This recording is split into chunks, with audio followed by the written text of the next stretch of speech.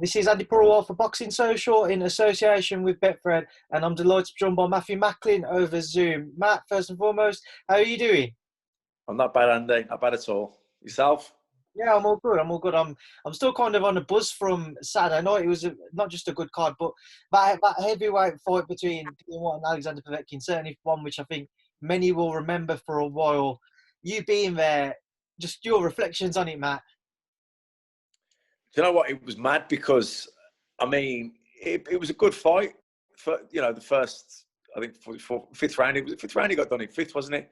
So, yeah, the first four rounds were good. I thought White was winning them, particularly, the first two were close. I thought Povetkin landed some good body shots. But I thought White won the rounds, these jabs, clean jabs, snapped the head back of Povetkin, a few straight right hands as well. And he landed some good body shots himself. So I thought he was winning the early rounds. And then obviously the fourth round was a big round. He dropped Povetkin twice. And I think the second knockdown was a heavy-ish knockdown. He was definitely hurt. And I thought, writing's on the wall here. He's going to, another round or two. He's starting to break him down. I think he'll get to him. He'll stop him. And then obviously he comes out in the fifth round, Povetkin, throws that jab, slips what looked like he was going to throw another left up to the body. I think that's what White probably thought was coming, was a body shot. And he throws that left uppercut. What a shot. And because, under normal circumstances, this fight would have happened in an arena with probably 20,000 people in it. And it'd have been like, whoa, whoa, and all the noise. Because it was so silent, it was quite eerie. It was quite spooky, almost to be like, whoa.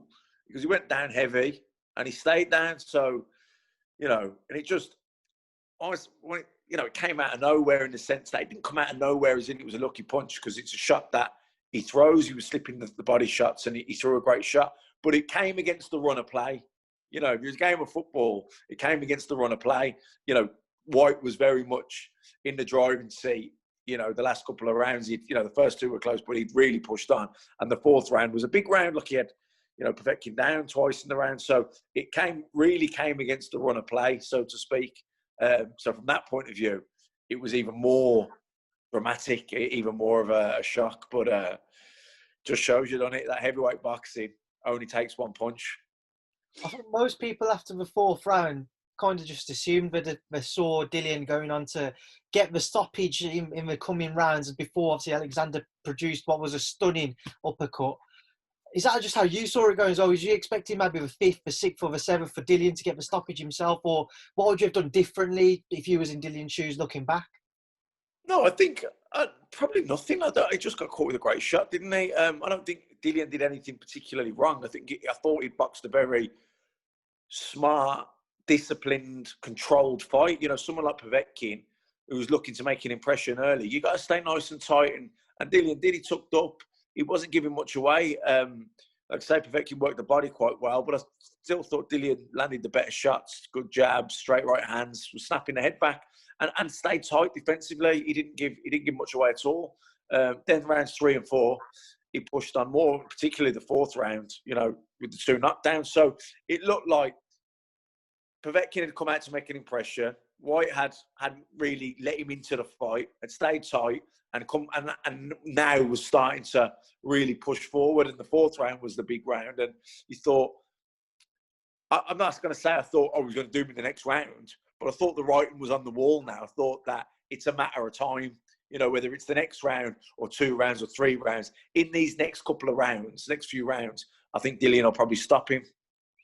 The stoppage itself from Povetkin, just where does that kind of that uppercut and the entire motion behind it, from how he set it up to actually landing the shot, where does that rank with regards to a past shot that you've previously seen from boxing KOs? Because for me, certainly over the past few years, it's one of the best shots that I've seen landed. Yeah, in terms of one-punch knockouts, it's got to be right up there, hasn't it? He was, like I say, he'd put a lot of, he'd invested a lot in Dillian's body, the left hooks to the body. So naturally, if you keep getting hit with the left hook to the body and someone slips to your left, to your right, to their left, you're going to bring your elbow down. You know what I mean? So Povetkin hits him with the jab. He leans to his left, and White brings the elbow down to block the body shot that he thinks is coming, and he doesn't throw the body shot. Instead, he throws a left uppercut, and he hasn't seen it coming. He's braced himself for the body shot, and he's been hit bang under the chin with a shot that he didn't even see. And we know Povetkin carries serious power, and he got great leverage into that shot. And but again, I don't think, you know, if you're Dillian, I don't think he could have done anything much differently, really. Mate, did he switch off a bit? I don't know. It was a good shot from Povetkin. It was a good move from him. I think up to that point, Dillian had boxed very, very controlled, very disciplined. He'd stayed nice and tight, like I say. His jab was good. His straight right hand was good. It even hurt. Povetkin had him down twice, but it wasn't like he came out reckless in the 5th round and tried to go for the finish and got caught. That didn't happen.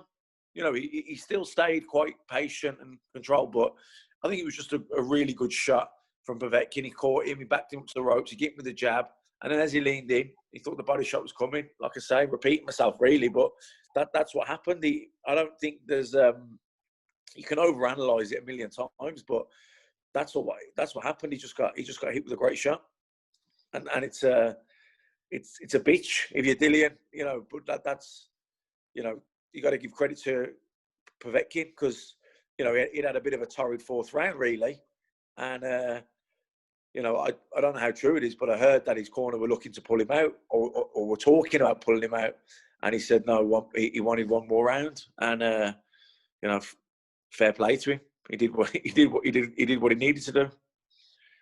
Dillian's first fight without Mark Tibbs in his corner. He obviously got his new trainer, and Dave Caldwell coming for the fight just for some added experience. What did you make of his performance up until the point of the stoppage? Did you see any differences that you could certainly picked up on? I don't know if I saw differences.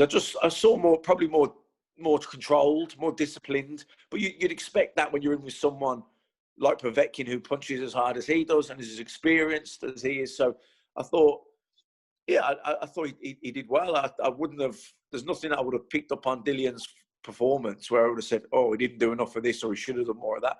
I thought he boxed well. I thought he was nice and compact. He was tight defensively. He didn't waste anything. His jab was good. His right, you know, you're trying to think back on the performance, and you can't really pick holes in it. You know, Povetkin's a good fighter. He's going to have his moments early on as well. You know, he did land some good body shots, but, you know, you're not going to have a shower and not get wet. You're not going to fight someone like Alexander Povetkin and not get hit. You know, but, you know, relatively speaking, he didn't get hit a lot. He stayed nice and tight, Dillian. So he certainly landed more than he got hit with, in my opinion. He did anyway. I thought he boxed well early on, and he was growing into the fight. The 3rd and 4th, the 4th was his best round. Like I said, it was a 10-7 round. He scored 2 knockdowns. So it looked at that point that the writing was on the wall, and it was a matter of time. Do you feel that it's the right move for him to go straight back in for a Povetkin rematch, or do you feel that he should just have an interim fight before stepping in with Alexander? No, I think he could probably go back into a rematch. I mean, there was a lot made before about immediate rematches with Anthony Joshua against Andi Ruiz, and it was, you know, it was almost universally regarded a mistake going straight into the rematch, and that if there wasn't so much riding on it, sort of promotionally, networks, Joshua's stature, the fact he had a rematch clause and a bit of a control on the belts, and of course he had Wilder and all those fights that he wanted to go straight back in. I think it would have made more boxing sense at that time to have a fight to get a win and get your confidence back. But Joshua's stoppage defeat was different to Dillian's. You know, he got put down, I think, at the end of got hurt. Yeah, at the end of the 3rd. You know, and he stayed in there, took a bit of a beating, and confidence-wise could have been knocked out of him.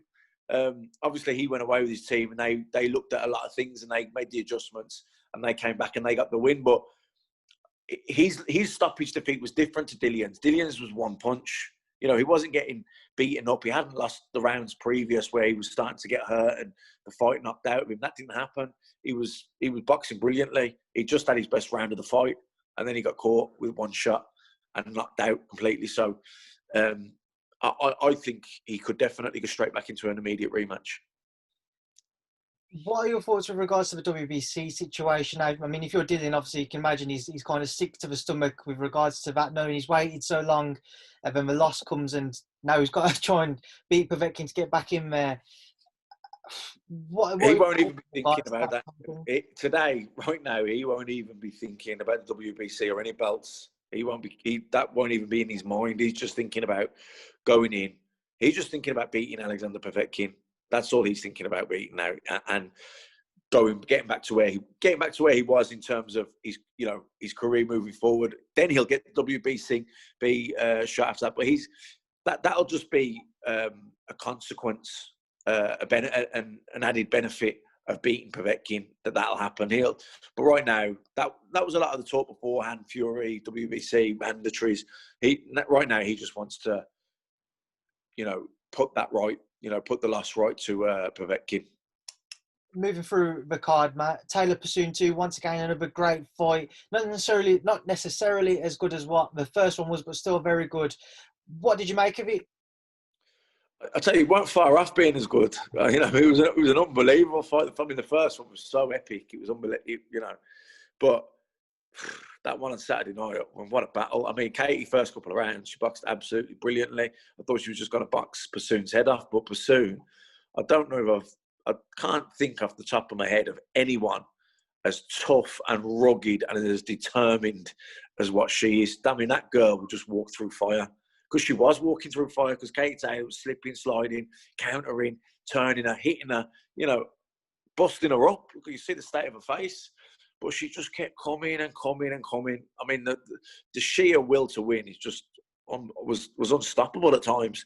And at times she did drag Katie into a dogfight. And then other times, I think Katie did the right thing in terms of standing her ground and hitting her hard and fighting a bit, because sometimes you just keep backing off someone. They're just going to run all over you, and then you're not getting any leverages into the shot, and they're in on top of you, and they're manhandling you, and they're bullying you. So I think at times Katie had to stand her ground, even though her tactics were very much box, don't get involved, and that's you could see that's what she'd worked on, and that's what she executed for most parts. But there were times where I think she just had to stand and get Pursuit's respect. She had to hit her hard, and stand her ground a little bit. Otherwise, Pursuit would have just walked all over. So I thought she did the right thing in that regard. But then ultimately as well, in doing that, you're exchanging, you're at mid-distance, you're up close, and Pursuit is going to land shots, and she's going to get in top of you, and there are going to be clinches. And that can, that makes it now physically draining as well. So, but it was an unbelievable fight. I think from a fan's point of view, what a fight. Clay Congo as well, another terrific fight there up until the point of the stoppage once again. What did you make of their clash? Do you know what? I had Congo winning on my card anyway, quite comfortably. I definitely gave Clay a couple of rounds, but I think I gave Congo more.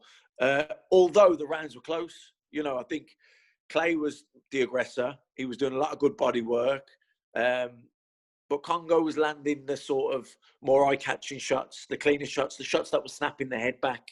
And I think Clay was probably hoping that the work he'd invested in the body would pay dividends sort of in the back end of the fight. But I think, Congo hurt him. It was around 8 or 9, something like that. I think he hurt him.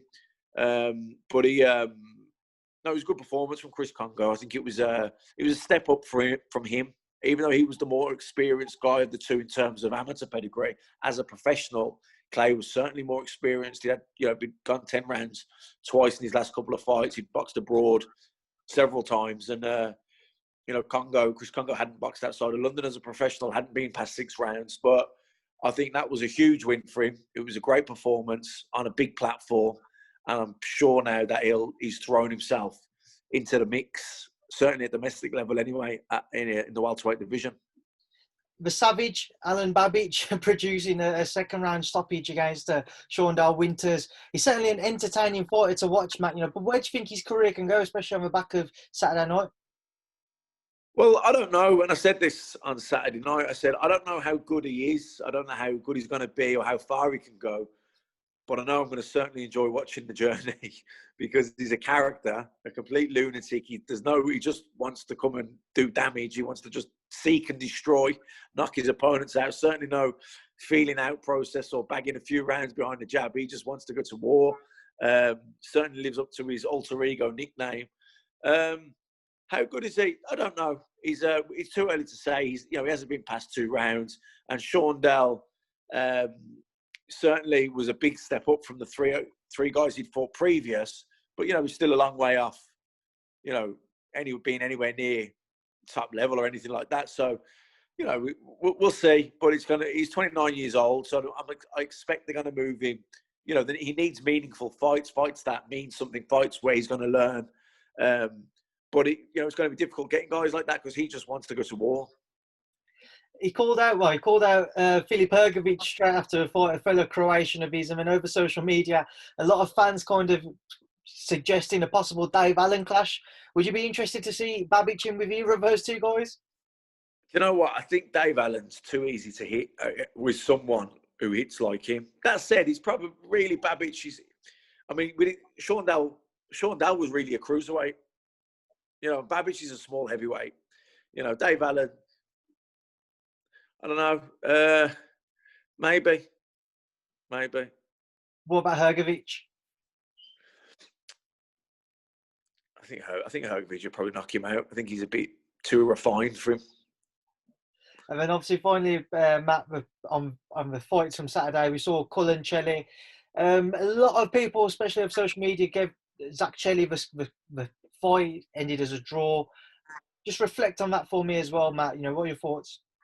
Yeah, I had it 7-3 in favour of Chelly. I thought he won the fight. I thought he won more rounds. But credit to Cullen as well. He was tough. He got hit with some hard shots, and his defences were better.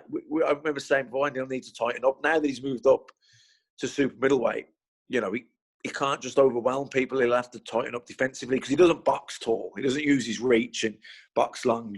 Even though he did a bit more on Saturday night, but normally he comes forward and he likes to trade. So I think he's in with some bigger hitters now, and he needs to tighten up defensively, which he did. And he did. He landed plenty himself, but there was when they swapped jabs. It was Cullen that was getting knocked back. Do you know what I mean? Chelly was kind of staying crouched, keeping his left hand low, staying low, and he was really stamping that jab in and snapping the head back of Cullen. And I just thought he landed the better shots. There wasn't, it was a good fight. It was very, very competitive, but I thought Chelly won 7 out of the 10 rounds. I thought it was. I was surprised at the decision. Matt, just away from the fights themselves, just touch on a couple of other things. We saw over social media some criticisms thrown towards the commentary on Saturday night. What did you make of it? I'm sure you'd have seen some of the stuff, and what's kind of your thoughts or replies to it? No, but we're biased every single week, and we're going to be biased every single week there ever is, because every single week there's going to be someone that loses, and anyone that loses in a close fight, their friends and family or whoever thought they won are going to think that anyone that didn't see them winning must have thought they didn't win because they're biased. Now, maybe we've just seen the fight differently to what you've seen it, not because there's bias, just because that's what we've seen. If it's a close fight and 50 people think one way and 50 people think the other way, is every single person biased because they've seen it different? So in that case, then we must think that you're biased because you've seen it differently to me. Do you understand? This is almost becoming a comical thing. So the last 4 weeks, there's been a lot of close fights. There's been a few draws, and there's been split decisions, and there's been fights won by a point. So they're close fights. That's a fact that they're close fights. Now, it's an opinion one way or the other, but it's a fact that they're close, right? Now, if your opinion was you had it one round that way, do I automatically assume that you must be biased because you've seen that fight differently to me? That's how you've seen the fight. It was a close fight. Lots of people seen the fight differently, And the thing about the Sky boys, for me commentating, it's absolutely, completely irrelevant to me who wins the fight. It doesn't matter. Like there's no odds to me. I've got no horse in the race. You understand? I'm just working for Sky, which is the broadcaster, and I'm just commentating on the fights, and I'm calling the fights based on my opinion, my expert opinion based on my boxing career, right? But you got guys who have probably read the boxing news 5 times and sometimes watch Sky that disagree with my cards, and that's okay. And I'm not saying they're you know, I won't swear, but, you know, they're not this, that, and the other because they see it differently to me. That's their opinion. And some of these fights that are so close, it is opinions. What do you prefer? You know, do you prefer someone that was busier, that maybe landed more? Or do you prefer the person that maybe didn't land as many, but he landed the harder shots, the better shots? That's subjective. That's opinion. So, you know, in a close fight, there's going to be a difference of opinions. They're going to be split. You're going to get experts that are split down the middle. You understand? So that's the way it is. But everyone, you've got a certain group of people on Twitter that, in their heads, think that if you disagree with how they seen the fight or their group seen the fight, that must be because you're biased. No, that's just I seen the fight differently to you. You know, do you understand? I think it's almost comical at this point, because every single week as well, you're biased. If you go this side with the fight, that side think you're biased. And you go that side with the fight, that side think you're biased. So you're biased. No matter who you think won, you're biased. You thought that because you're biased. It's actually, it is hilarious. You know what I mean? It is quite funny, because I know that next week I am going to be biased because someone's going to win, and whoever didn't win, that I didn't think they would because I'm biased. That's so every single week now for the rest of my life that I'm calling fights, I already know that I am biased. Does it get frustrating, Matt, you know, after a fight when you do go on social media and you see the comments? Does it frustrate you? No. The first couple of times when someone's calling you biased, so they're questioning your integrity a bit, aren't they? And it's like, and like I say, it's irrelevant to me who wins. And actually, even I wouldn't. It doesn't matter. Even if I did have a horse in the race, I wouldn't be biased. I'd probably end up being biased the other way because I'd be so consciously aware not to be biased. I might end up being, you know what I mean, not as favourable as I should be. So it's a funny one. It is funny. It was funny. You know, it was frustrating a couple of times, and then it got hilarious. You know, the first week it was a bit. You know, you looked at it. In the second week and the third, and now it's just hilarious. Now it's almost at a point of comic. It's actually comical. So like I say, and this is I'm saying here now, for every single week for the rest of my life, I'm commentating on boxing. I already know for a fact that on social media I'm going to be biased. And the thing is, I'm not even going to be just biased from one side. I'm going to be biased from both, because everyone hears what they want to hear.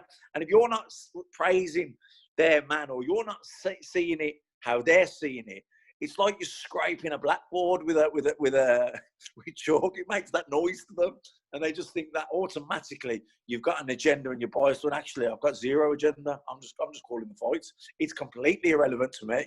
It doesn't, like, I actually don't have. It's point, like there's people I know, and actually I picked a few fights. This is quite funny actually. So I picked a few. You know, everyone gives their picks, don't they? Their predictions. And I was wrong on a few, but so I got the picks. I picked a few out. So, for example, I picked Eggington to beat Cheeseman, but I had Cheeseman beating Eggington 115, 114, very close. Yeah, I'm biased against Eggington. Yeah, I picked him. Do you understand? And then I picked Terry Harper to beat Jonas.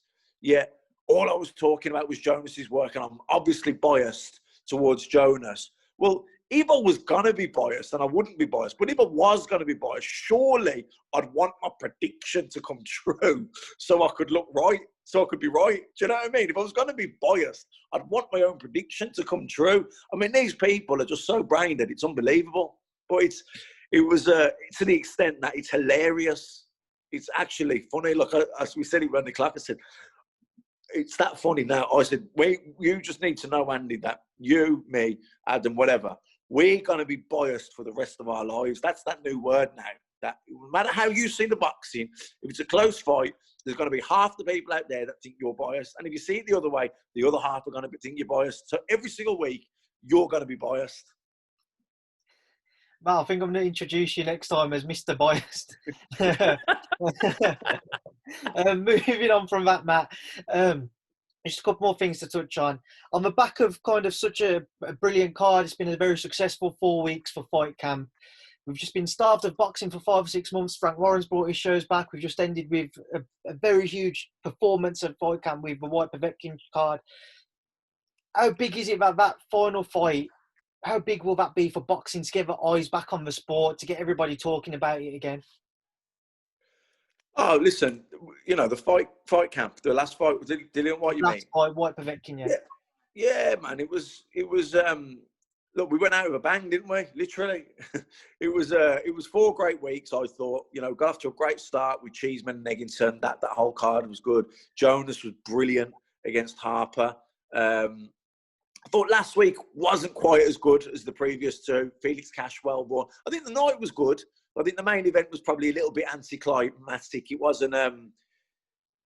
Cash just come out and was too good for him, wasn't he? Too fresh, and so that wasn't probably as dramatic. But certainly, the pay-per-view event really lived up to expectations. And like I say, the Whyte Povetkin one, I don't think many people seen that coming. And even the ones that picked Povetkin to win, I don't think they picked that type of fight, you know, where he was down twice in the 4th and then comes out in the 5th and scores a 1-punch knockout. No one thought that was happening, certainly not in that kind of fashion. So, you know, from that point of view, boxing's on a high right now. It delivered. You know, pay-per-views always get stick saying whether it's pay-per-view or it shouldn't be pay-per-view. But I think there was great value in that card from start to finish. It had a bit of everything. And of course, at the end, it even had the drama, which was just, you know, it was a scary knockout, really. Just from a commentary perspective, how different is it, or you know, what comparisons can you make to a normal fight night when you have got the fans in attendance, and to what you've just had to go through with Fight Camp? I think the biggest thing for me that was probably different was we were quite far back from the ring. You know, we were like 20 meters or so back. You know, so that's obviously different than when you're right up close. But it was an experience. It was an experience. Thoroughly enjoyed it.